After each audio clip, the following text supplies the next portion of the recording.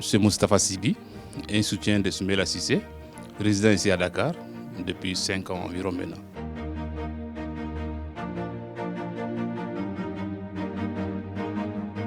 Je pense que ça va passer. Cette fois-ci, il a tous ses sens. Je pense que c'est le Mali qui a tous ses sens cette fois-ci. Soumaïla Cissé, les Maliens le savent. C'est l'un des meilleurs cadres que les Maliens aient jamais eu. Où il est passé, il a fait des réformes essentielles au Mali. Étant ministre des Finances, ministre de l'Équipement, et étant aussi à l'IOMOA, il a fait 8 ans à la tête de l'IOMOA, l'organisation sous-régionale. Alors, 3 fois de suite, d'accord, on a compris. Mais la dernière fois, il y a eu des circonstances atténuantes. En savoir qu'il y avait les militaires, il y avait un coup d'État, et ces militaires se sont opposés à lui, directement, on le savait. Ils étaient favorables au candidat Ibeka. Donc, il y a eu des intimidations, peut-être pas la fraude massive qui aurait déterminé les résultats de la dernière élection, mais quand même, il y a eu des militaires qui ouvertement soutenaient l'autre candidat d'en face. Cela n'a pas aidé. Mais cette fois-ci, je pense que les Mali a tous ses sens. Moi, je dirais non pas Soumaïla qui a tous ses sens.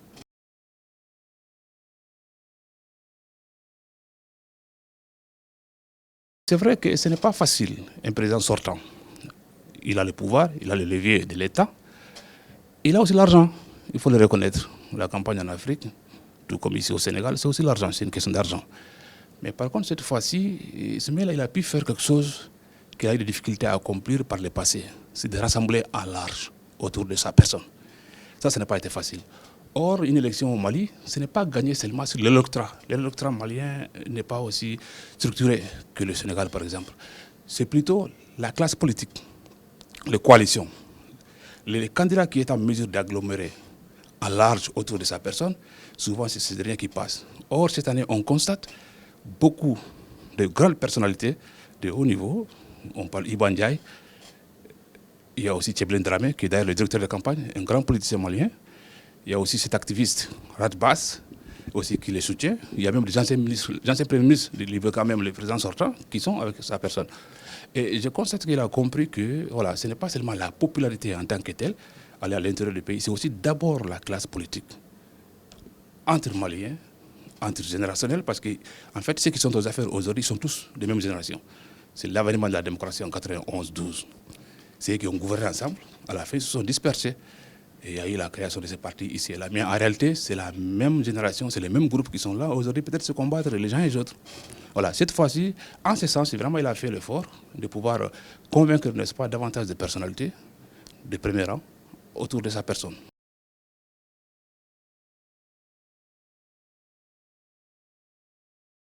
Oh, ça, c'est difficile à prédire.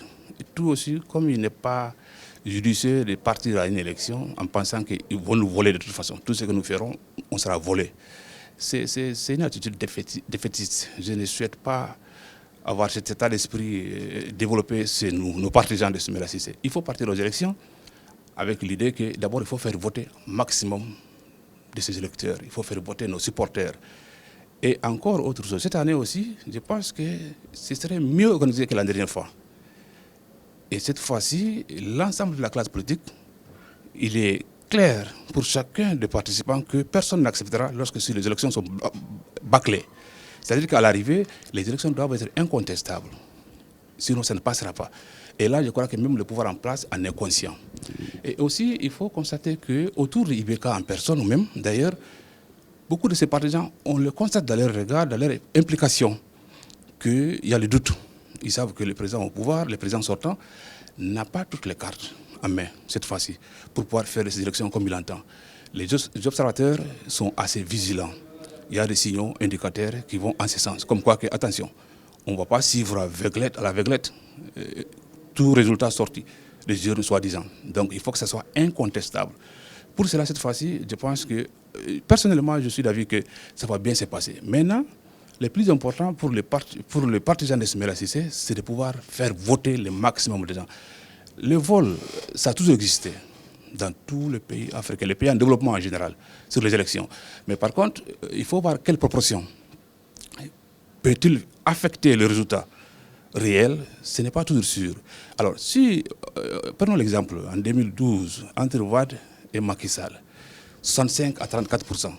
C'est difficile de concocter des résultats ou de camoufler ou de revenir là-dessus. Mais par contre, si c'est 50-50 ou 49-51, là, les présidents sortants, ils ont toujours les moyens de sortir vainqueurs. Voilà, c'est ça qu'il faut éviter. Il faut voter massivement. Et si vous n'êtes pas d'accord avec ce que IBK a fait depuis 5 ans, c'est très simple. Votez contre lui, votez Assoumana Cissé massivement.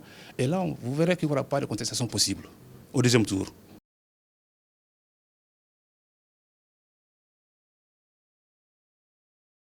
J'entends cet argument, à savoir qu'il puisse avoir, n'est-ce pas, des circonstances atténuantes quant au résultat que nous pouvons l'amputer en termes d'échec ou de réussite. En ce sens qu'à son arrivée au pouvoir, effectivement, Mali était plus ou moins parti en deux. Une partie au nord, les 3/4 d'ailleurs, qui étaient occupés plus ou moins, et ni n'était l'intervention de la France à travers l'action Serval. On ne sera peut-être pas ici aujourd'hui où nous en sommes. D'accord, si étant dit, mais après que ce dernier ait été élu, 77% des Maliens seraient un mythe, soi-disant IBK, l'homme à poigne, l'homme de parole, en bambara on dit Kankeletigi, l'homme qui était destiné à résoudre tous les problèmes des Maliens, notamment sécuritaires. Et qu'est-ce qui s'est passé? À l'arrivée, c'est ça qu'on constate, la conception de la politique de l'homme. Au lieu de s'attaquer d'abord l'effet essentiel qui est lié à l'insécurité galopante dans le pays, ou l'instabilité au nord du pays, l'inexistence de l'armée nationale, le président il s'est mis d'abord à son confort personnel. L'achat des avions, vous avez entendu parler de ça? Comment fait-il qu'un président, un pays envahi, coupé en deux par des bandits armés, soi-disant les terroristes, au nom de Allah, les fous d'Allah comme on les appelait à l'époque, et vous êtes élu sur un pays sous tutelle, en un mot. Ces élections ont été financées, observées, supervisées par l'Occident et la CEDEAO.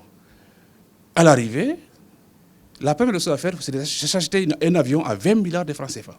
On ne sait même d'ailleurs en réalité les chiffres réels, on ne sait pas.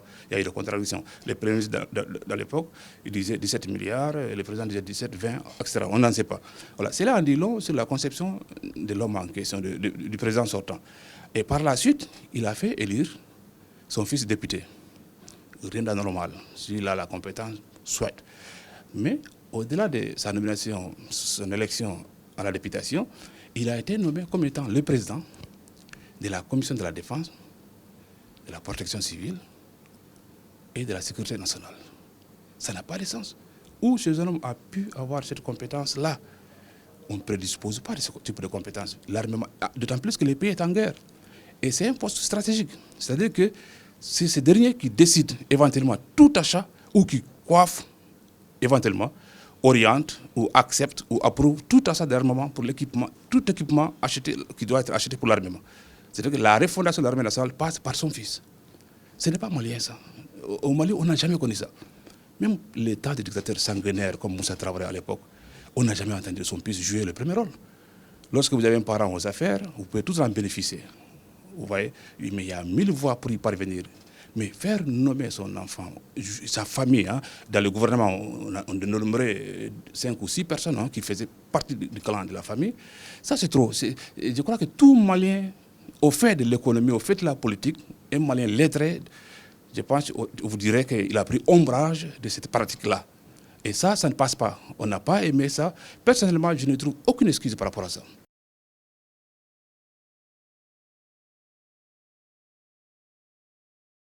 À un mois des élections, à un mois de la fin de son mandat, c'est ça qui est insultant encore. Vous voyez, j'ai parlé le mot insultant. Et vous voyez, vous allez dire que ce n'est pas, le vocabulaire n'est pas approprié, mais c'est une réalité. C'est ça le problème, la difficulté entre nous. Et vous êtes là depuis 5 ans. Depuis 5 ans, vous avez d'abord acheté un avion personnel pour la présidente de la République. Et un mois d'élection, vous amenez 4 avions de combat pour l'armée nationale. Et ça, on parle encore de l'achat, la signature, etc., Mais la livraison, on n'a pas encore vu ces avions-là. On a vu les photos prototypes. Les avions, soi-disant, la commande est en cours, ils sont en construction, en cours de construction. Ils seront livrés quand on ne sait pas. Ça, c'est insultant pour les Maliens que nous sommes, je pense. Ce n'est pas crédible. Ce n'est pas du tout crédible. Et j'entends encore les gens dire que si vous voulez la paix, votez IBK. Si vous voulez la stabilité, si vous voulez la croissance pour le PMI, ça n'a pas de sens. Ils ne sont pas crédibles. On a un mois d'élection où vous parlez de choses que vous êtes censés faire. Au départ, vous avez commencé à dépenser. Et aussi, en termes de corruption, sur le plan de la corruption au Mali, on n'a jamais éteint ce degré-là. Les chiffres, et c'est aussi assez flagrant. L'incompétence est caractérisée avec cette présence-là. C'est ça la difficulté. Ibeka, l'homme, il n'y a rien de personnel en réalité. Moi, l'homme, c'est quelqu'un que j'aime. En ce sens qu'il est cultivé, on peut dire ça, même s'il n'a jamais produit. Au Mali, l'intellectuel, ce n'est pas celui qui produit des écrits universitaires, des travaux universitaires, non. C'est celui qui a la capacité orale. Donc, il a un vocabulaire assez riche. Voilà. Donc, quand j'ai lu ces interviews, je suis plus ou moins ravi. Un chef de l'État qui sait c'est de quoi il parle en s'exprimant correctement. Mais au-delà de ça, non, Ibeka, c'est un mythe créé sur pièce. Je n'ai jamais vu quelqu'un me citer un fait réel pendant 6 ans, étant à la tête du gouvernement malien, que Ibeka, voilà, une réforme qui porte son nom ou qui a porté sa volonté. Ça touche personne, comme on dit. Je n'ai pas vu ça. L'acte de bravoure, un homme à poigne, qu'est-ce qu'il a jamais concrètement. Il avait la chance, n'est-ce pas, de transformer ce mythe-là en réalité. Aujourd'hui, on parle du mythe parce qu'on a élu un homme en pensant que c'est lui qui avait la solution, c'était l'homme de la situation. Au contraire, Mali n'a jamais tombé aussi bas aujourd'hui. L'insécurité partout, les Maliens s'entretuent. Aujourd'hui, les Dogons apparemment tirent sur les flânés. Mon livre ici, publié en France 2017, c'est l'Harmattan. J'ai traité le sujet là-dedans. D'où je viens, la région de Caille, dans le sud, il y a toujours ces petits conflits riches, intercommunautaires, j'appelle. Mais jamais on s'entretue à ce point-là, à ce niveau-là, jamais.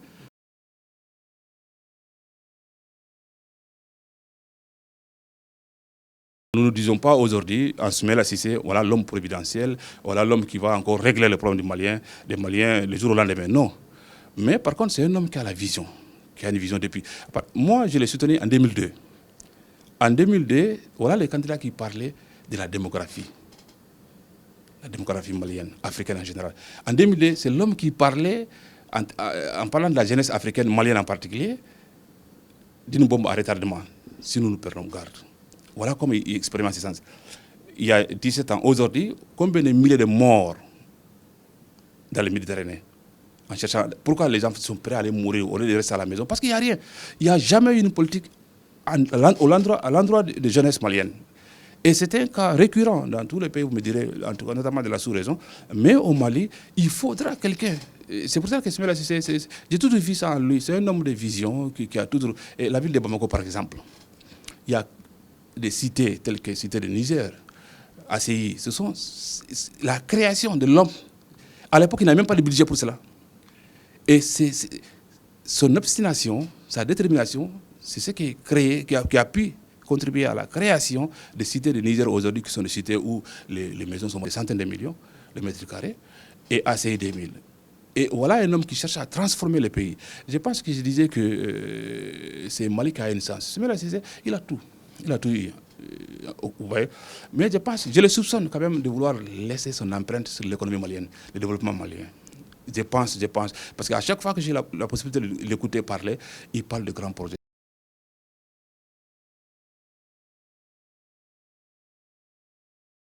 Ici au Sénégal aussi, là aussi on est mieux organisé cette année par rapport en 2013. Et on a un secrétaire général, Dr Berthet, il y a aussi Hilasse Jardien. Nous sommes à Cité Golfe du Sud, Cité Douane, on n'est pas loin de là-bas. On a un siège social où les gens se retournent et on a une politique marketing assez arrêtée, pointue sur la question. On fait des porte-à-porte aujourd'hui, on fait toutes les villes importantes du Sénégal. Hein. Nous allons continuer à sillonner. Déjà, il y a une équipe qui est à l'intérieur déjà. Si je ne me trompe pas, aujourd'hui, ils sont à Kaffrine. Hein. Les Kaffrines vont redescendre encore dans le sud, vers la Casamance. Donc, on est vraiment répartis, chacun joue son rôle. Et en termes de communication aussi, nous échangeons. Ceux qui sont sur le terrain, voilà, s'il y a des résistances, on fait appel à la direction supérieure. On compose une délégation de haut niveau pour démarcher, n'est-ce pas, les notabilités maliennes qui sont ici depuis des années. On est bien mieux armé cette année par rapport à 2013 quand même.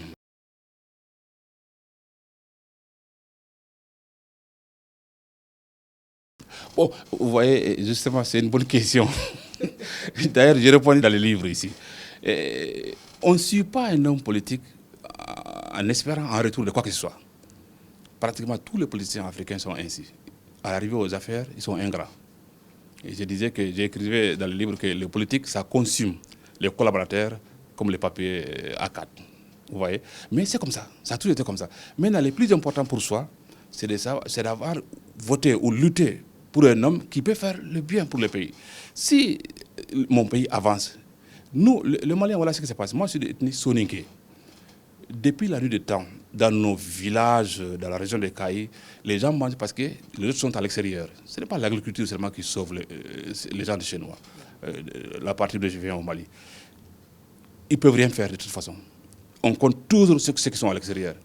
Maintenant, si vous avez une présidence, quelqu'un, un homme à la tête de l'État, qui a une vision, qui sait comment développer le pays à partir de régions, etc., il y aura des projets qui vont en ce sens.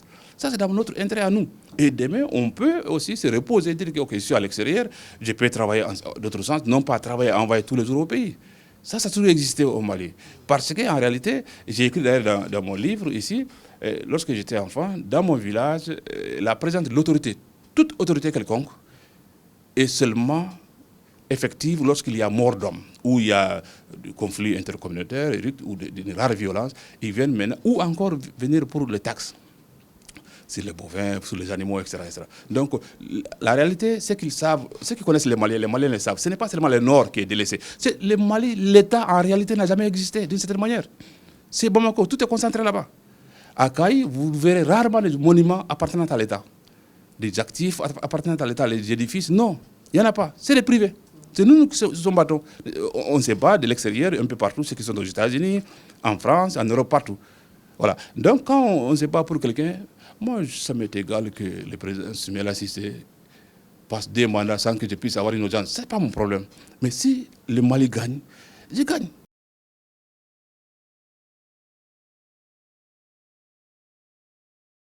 Je n'irai pas jusqu'à dire cela, mais au moins les camps adverses n'ont pas le soutien de la France. Ça, on a cette certitude. On ne sait pas si la France nous soutient, mais nous savons cette fois-ci, contrairement en 2013. En 2013, en réalité, 6 mois avant les élections en 2013, l'ambassadeur de France a fait dire à un de nos éléments qui était dans l'équipe de campagne de Soumaïla Cissé que de toute façon, c'est fini, hein, le tour est joué. Ibeka passera. Cette information n'a jamais été démentie. On en parlait. Au Mali, à Bamako, à l'extérieur, on en parlait comme quoi ces propos venaient de l'ambassadeur du Mali, de l'époque, hein, ce n'est plus la même personne. Ça n'a jamais été démenti. Donc, aussi, hein, les non-dits, les candidats Ibeka se prévalaient de soutien direct, sans faille de la France. Ça n'a jamais été démenti. Quand on pose la question aux Français, au gouvernement français, vous entendez à l'époque Laurent Fabius, qui était au ministère des Affaires étrangères en France, Quai d'Orsay, il disait que la France n'a pas de candidat, le Mali est un pays. Voilà les démentis laconiques. Voilà. En réalité, nous savions qu'en 2013, la France était contre notre candidat. Plus aussi les militaires. Donc cela faisait trop. Mais cette fois-ci, apparemment, non pas ils sont en faveur de notre candidat, mais ils sont contre les candidats au pouvoir. Et ça n'a jamais été observé au Mali. Voilà des faits assez graves. Les journalistes français accusent les présidents maliens de corrompus, d'incompétents, publiquement, sur les scènes nationales. Et jamais le gouvernement, le président malien n'a jamais, non pas démenti, ça ne sert à rien de démentir, mais au moins de porter plainte pour diffamation. Il n'y a pas eu d'action. Il n'y a jamais eu des actions en diffamation contre les journalistes. Qu'est-ce qui se passe? Nous, on ne sait pas. Peut-être qu'ils ont le preuve. Nous, on a beau dire aujourd'hui que ce gouvernement est corrompu, etc., mais c'est la France, à travers certains ministères, les informations passent. On n'a aucune confiance, aucune crédibilité de cette présence aujourd'hui vis-à-vis de la France. Donc ça, c'est assez gravissime pour les Maliens que nous sommes. C'est presque humiliant.